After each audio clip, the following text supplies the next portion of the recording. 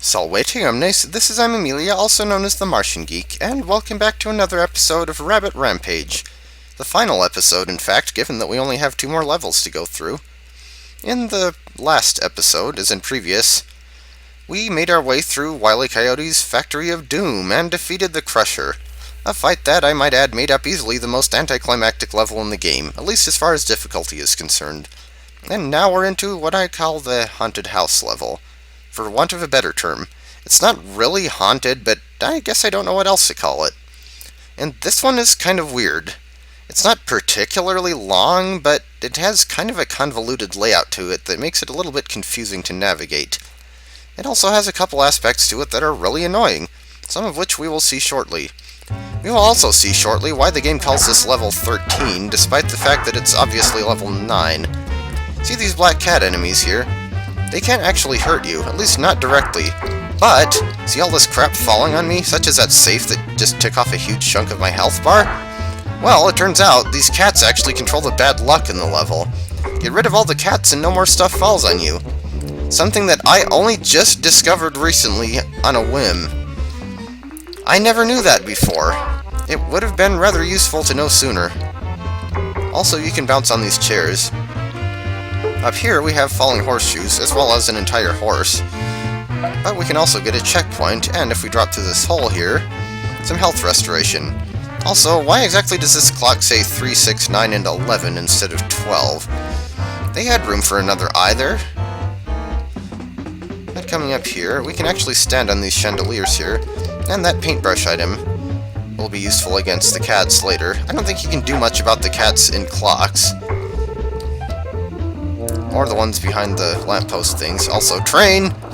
And a couch to bounce on. I guess this level does give you a decent number of carrots, but not enough to counteract all the stuff that falls on you. Come down this hole, and I should actually probably check what's over to the right here. Yeah, I can't. That's a kind of a point of no return there, and I want to go down here because there's a hidden one up there. Go ahead and get some of these carrots to restore my health. And don't fall down that hole because it's a bottomless pit. That would be the second annoying thing about this level. The fact that there are a lot of holes, or at least holes that are forming, and you can't exactly tell where any of them go without actually going in them, and some of them just lead to an untimely death. Also, I actually got that one up. I wasn't even planning on going for it because it's kind of too risky. Similar situation to the 1-up of Doom in level 5. Also, there is an item over on the chandeliers to the left, but again, it's kind of too risky to get, especially since that one's just a paintbrush. Let's see, you go down this hole and you can get another checkpoint. I will say one thing for this level, it's certainly generous with the checkpoints. It actually gives you a whopping 5, more than any other level, and yet they couldn't spare even 1 for level 6. Safe! I guess it wasn't very safe to stand there. Bye-bye, kitty. You bad kitty. You make stuff fall on my head. Let's see, another checkpoint. Oh yeah, and that's the thing I hate the most about the clouds. They can zap you from basically when they're off-screen and you can't tell where they are. At least until you've already gotten hit. Yeah, this level has all kinds of annoying things about it. Also, more clouds, but also another 1-up.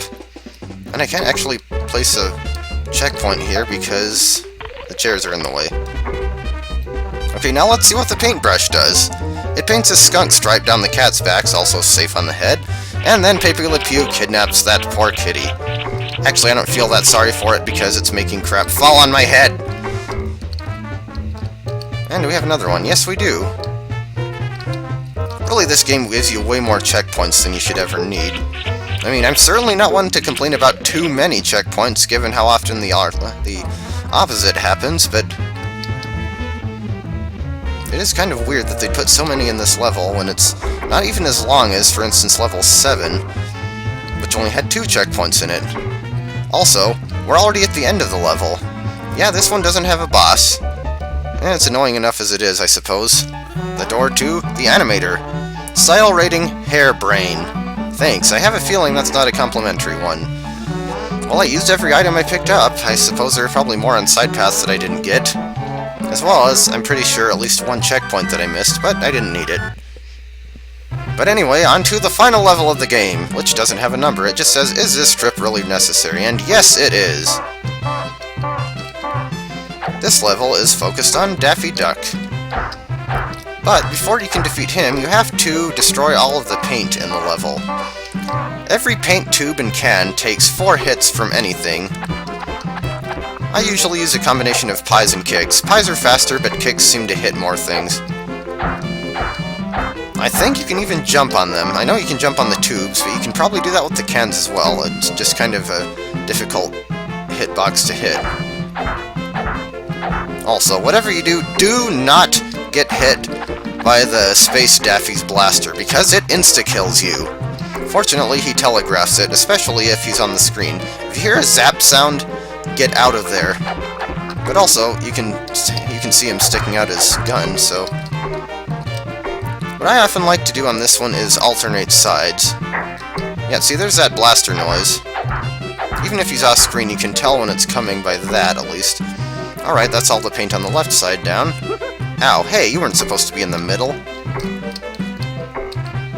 Yeah, there are some problems with the alternating strategy, such as if Daffy ends up in the middle of the level. Okay, that's all the paint. Now it's time to get rid of Daffy himself. And you want to focus on the Robin Hood one. Also, whatever you do... Oh yeah, of course, he killed me. Well, at least the hits on him are actually cumulative, so... Now that's 2 fewer times I have to hit Daffy this time when I destroy the paint. Yeah, sometimes you can't get in all 4 hits. And I don't remember if I said or not, but everything does take 4 hits, regardless of what you hit it with. Like, a kick won't make it get destroyed any faster than using a pie. I'm not giving it pie, I'm destroying it with pie.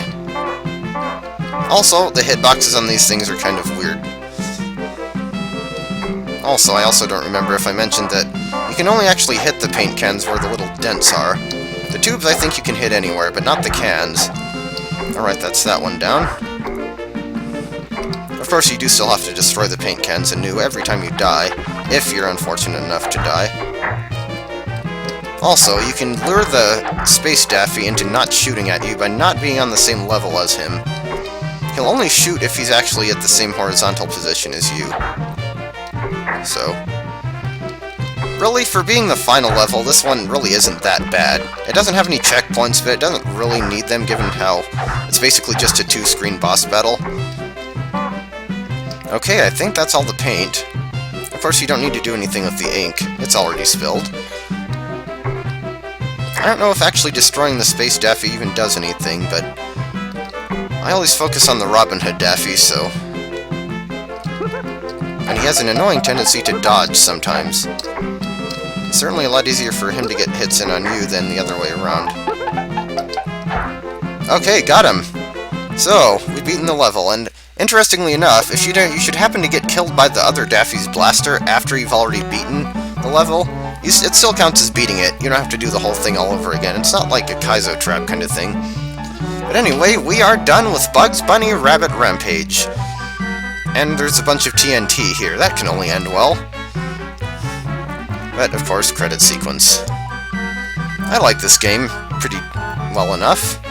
I first played it at a friend's house. They had the game, but I didn't get it until many years later. It's a pretty decent little 2D platformer. Also, the music ran out awfully early here. Awkward silence. It's certainly not among my favorite games or anything, but it's good enough, I suppose, especially for being a licensed game, though I guess the licensed game stigma probably wasn't as prominent in the Super Nintendo area. This game does have a few problems, though. Most notably, no save system. Why, Sunsoft, why would you do that? You had perfectly good SRAM to use on the Super Nintendo cartridge. Why wouldn't you give the game a save system? Yeah, I know I beat the game with over 20 more lives than I started with, but still, it's the principle of the thing. Also, credit sequence ending here. You're despicable! Yes, we are despicable. And interestingly enough, the word despicable was originally pronounced with the accent on the first syllable until Daffy Duck came around. Also, that's all, folks. What happened to that TNT? Oh, there it goes. Yeah, too bad we didn't get to see it actually blow up Daffy. And we're back to the starting screen of the game. So I'm probably going to have... It's going to take me to level 1 and I'm going to have to pause it. But oh well. As I was saying, originally it was pronounced despicable, but then Daffy Duck had to come around and put the emphasis on the wrong syllable, so then everybody just kind of started pronouncing it that way. Yeah, as much as I love language, it can sometimes be kind of a doormat when it comes to change. But I guess I can't say I haven't been guilty of a similar thing myself on a couple of occasions. For instance, the verb is compare. If I have the opportunity to say comparable, I will darn well do so. I don't know where you're getting this comparable nonsense. But anyway, the other problem with this game is it doesn't seem to be very good at difficulty curves. And no, if you're thinking this is going to be a rant about the game being too hard, you're kind of a moron, considering we just went through the credits sequence. But it's not so much that the game is too hard or too easy, it's that certain parts of it are too hard or too easy for where they are in the game.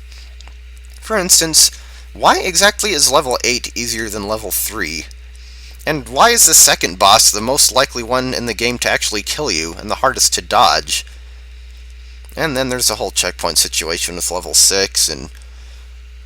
I don't know, it's kind of weird. But if you can get past those flaws, you can find a pretty decent game in here. I can't imagine it would go for too expensive on any online shopping site. But with that, we are finished with this game. And by now, we're finished with my other project, Return to Crows, as well. So, I hope you enjoyed watching me play through Rabbit Rampage, and I will see you in the next project.